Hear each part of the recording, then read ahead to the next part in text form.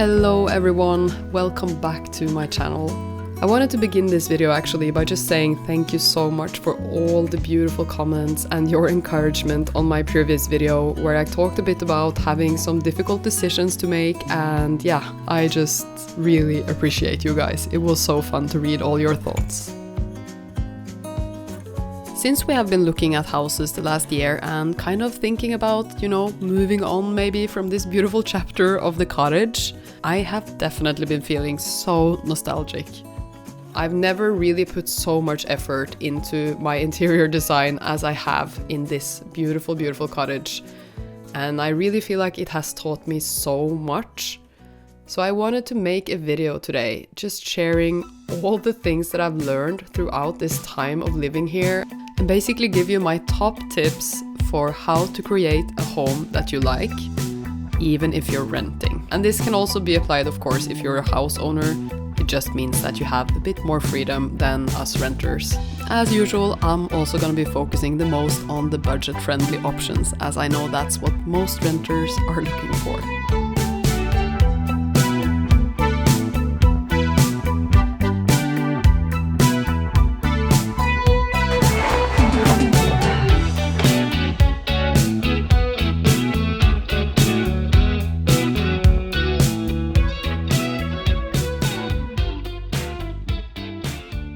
I realized the other day that I've actually lived in this cottage for over 3 years now. We actually didn't really think that we would be living here for that long. Now I feel like I almost couldn't really imagine moving from here, and that's gonna sound a bit weird because you guys, if you followed me for a while, you know it's not like we're gonna stay here forever, but I just feel so at home here. This just really feels like the first real home, like that is just mine in a way, that I've ever had, because we definitely have made this place our own in so many ways. Personally, I've actually loved the limitations of this project because it helps me make choices, because there are so many things that you can choose between when it comes to interior design. So many colors and products and styles and furniture and stuff, like so much stuff. And it's made that way also to make you buy more. So it's like fashion, it keeps going and going and going, and you have to change things all the time. But when you have some limitations, it kind of helps you just like stick to something and choose something within the frame of your limitations. And the number one limitation for a rental is, of course, that you don't necessarily want to use too much money on it, because if you spend a lot of money renovating and making a rental like perfect, you're still kind of putting all of that money into somebody else's property, and the money will not come back to you in the same way that it would if you had your own home and you sold that home. Then the renovations would sometimes help you sell it for a higher price. But when you put a lot of money into a rental, essentially, it's not necessarily going to come back to you. There's another limitation, and that is also the first thing on my list for the tips. And that is, of course, your landlords. So if your landlord doesn't want you to paint, they don't want you to put screws or nails in the walls, all of those things. Maybe you have some furniture in the rental that you cannot really remove. Talk with your landlords first thing about, like, establish some rules, okay? So is it okay for you to paint a little bit? And maybe ask them if they would want to pay for some of the paint. Some landlords are, not open to that at all, but a lot of landlords actually know that this brings value to their home.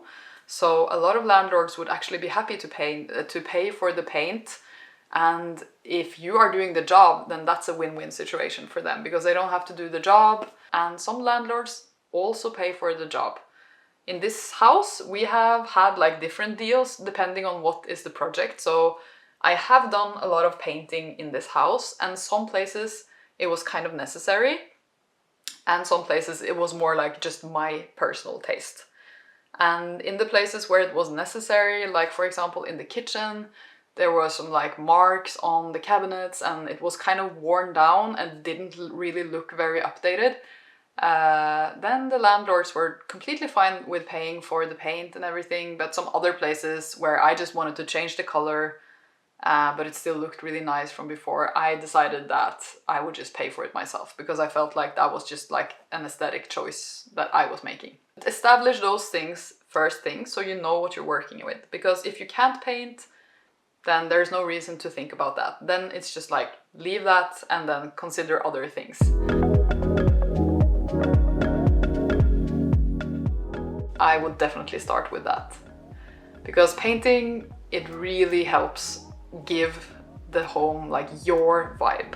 Preferable maybe to go with something kind of neutral that the landlord would also be okay with when you are leaving. If you're painting the whole room like pink, in a very strong pink color, it might not necessarily be the best thing. Then they might ask you to paint it white again, you know, when you're leaving. In the kitchen, I painted the walls white and I did the cabinets in a color. And that is also a good tip if you are painting. Maybe to paint the cabinet doors on your kitchen instead of the whole kitchen, because sometimes just painting the cabinet doors can make the kitchen feel brand new. It can like totally transform the kitchen. I've also just painted some details here and there, like a door, some window frames, and yeah, different things. Those things can also help like lift the room and give it like some more energy and color, and also make it feel more personal to you. So make do with what you have on the first week or the first month. Like, see what you have in your drawers, see what you have with you that you can create a beautiful home from. And then when you have lived with that for a while, then look around you and consider, what do I need here? Like, maybe write a list. Every time you like come up with something that you maybe need for your home, write it down on a list. And then spend some time finding those items. Don't buy all of them at once, because very often if you buy all of it at once, you will regret quite a few of those things. And I feel like style and taste and colors and all of those things, they kind of develop over time, and it's nice to just sit with things for a while. Just like look at things. Sometimes we think something is really ugly in the beginning. Maybe you have a lamp, for example, that you think is really ugly, but then you see a picture with this lamp in a different setting, and maybe you start to see some details that it has that are actually quite nice, and eventually suddenly you like the lamp. So I don't know, just spend some time, don't try to do everything at once.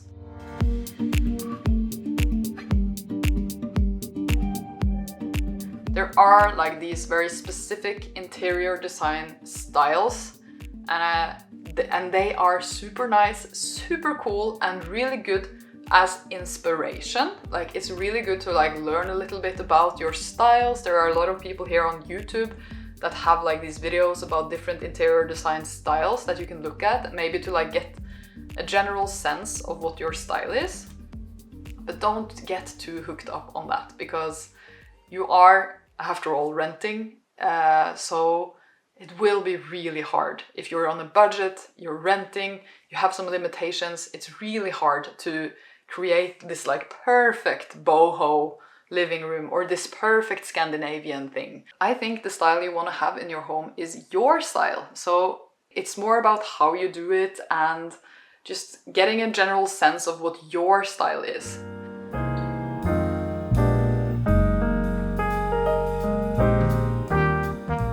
I think a lot of people, they go with a very neutral color base, and in some cases that can work out, like beige, greyish type of color bases, and just like everything is that color. It can work out, but you have to be maybe a person that knows a little bit about interior design, in my opinion, because in most cases, if people don't know that much about these things, it ends up becoming very unwelcoming and cold and just like lifeless. Colors can really bring some life to your home. And the thing that we have done a lot in this house is to have like a couple of colors that we just decide on. For example, in here we have the color yellow. It's popping up quite a few places in our living room. And that kind of starts to create this cohesive look while still bringing in this like energetic color. Because the thing is that if you have a color that is really strong and it's only one item that has this color, like maybe one pillow that is like very pink, then that pillow will kind of be an eyesore in a way. But if you have that pillow and then you maybe have a door, or you have a blanket, or you have maybe a rug in the same color, then all of a sudden it feels very cohesive in your room. So just have it in mind when you're looking for something. Maybe you're looking for something to put on your table, to like a decoration or something. Is there some colors in your room that maybe needs to be like reflected in something? Then maybe buy a decoration in that color. You don't have to have the same tone of color. It's just to have the same color come back again and again. It's, yeah, easier said than done, but this is something that you can develop over time. It's just like a good tip, because sometimes we feel like we can't have this item in our room because the color is so different from all the other colors. And sometimes the only thing you need is just like maybe one more item in the same color, and then suddenly it all feels very cohesive and the item is just fine.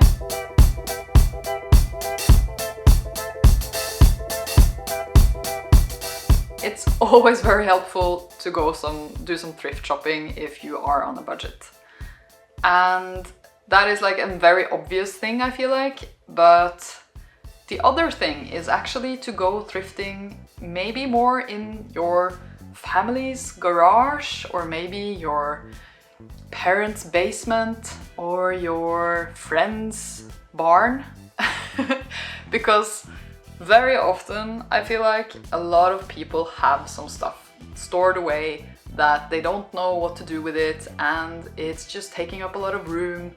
And sometimes you can get that for free. Maybe your family is very generous with you and you get some items for free, or you will be able to buy it cheap. And maybe it will be even nicer for the person that is selling it to you to sell it to you instead of some stranger on the internet. A lot of people prefer giving away their stuff to people they know, and they are just happy to see this stuff find like a new life.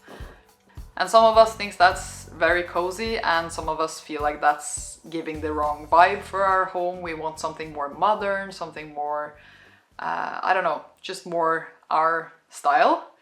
But the thing is that very often if you take this item out of the context that you had this item in from before and put it into a completely new room with a completely new color, maybe some different furniture around it, it might change completely for you.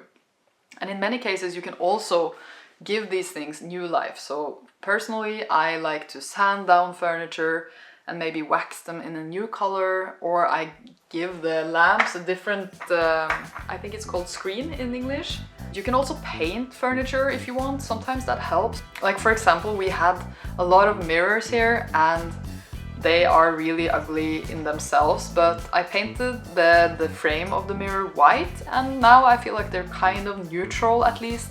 They're not super beautiful, but they still work fine, you know? And that sometimes is enough for a rental. You don't necessarily need to have the most perfect piece. It helps to just have something that is okay. And very often you can pair something that is okay and maybe a little bit neutral with something that you really like, and then the whole room will come together.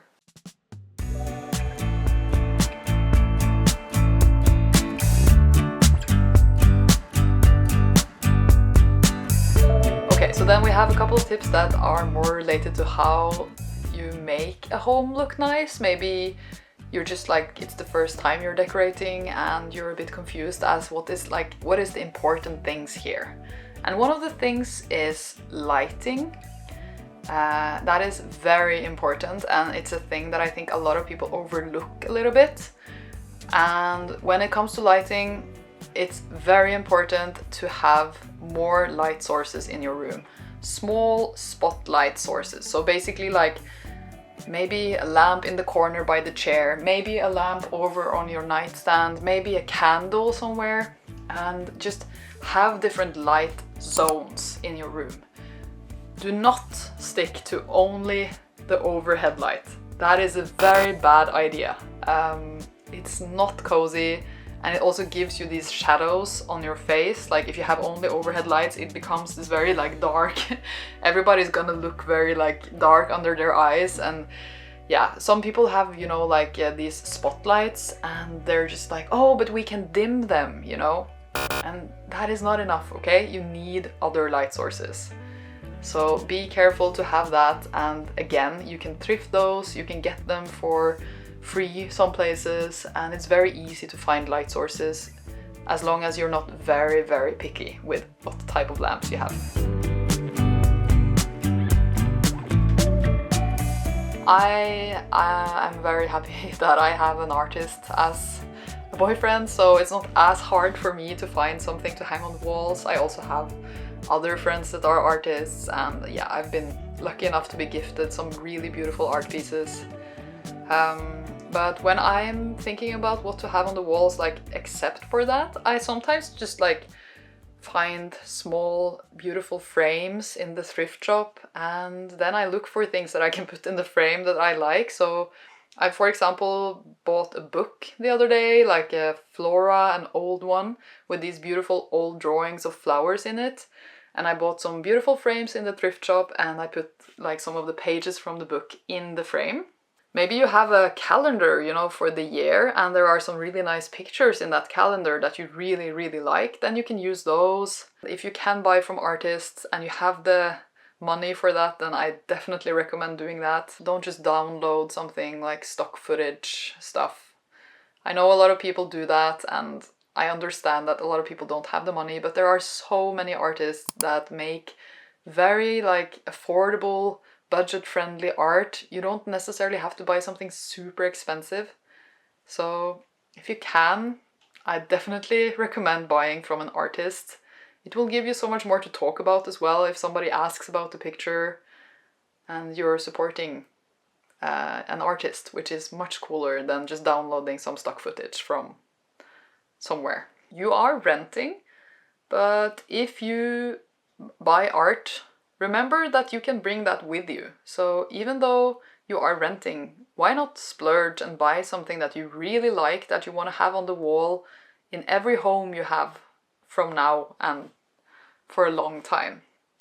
And that goes for the furniture as well. If you have an apartment that is not furnished and you need to buy furniture, you of course are going to bring it with you. So keep in mind that some things are going to stay in the apartment and some things you are going to bring with you, so you can splurge a little bit if you have the money for that. And buy just like a couple of pieces that you really, really like, because those will definitely highlight the room, and then you can add some other more neutral, less important pieces to it that are maybe more cheap and thrifted, or just from a friend or something like that. If you have those paired with something that you really like, I'm sure you're going to feel much more at home, and you're going to feel much more happy with the room overall.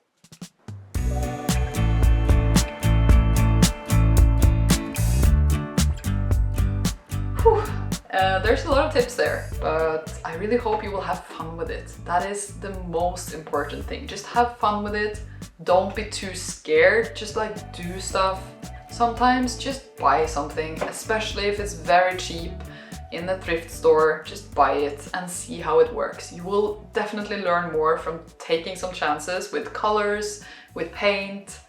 Maybe you have like a stick-on tile type of thing. We have done that as well, like stick-on tiles, backsplashes that you can peel off, you know, those things are also really easy, cheap and fun ways to just experiment with what you want to have in your home. The most important thing is that you do it with intention. The only thing that really doesn't work, I feel like, is when people have no intention with their space, when they just don't care. That is very noticeable, especially to people that care about aesthetics. And if you don't want to have a home like that, you just gotta start somewhere. That is the only thing you have to do. You have to start somewhere and just care a little bit about it. Then it will help a great deal. Bye everybody.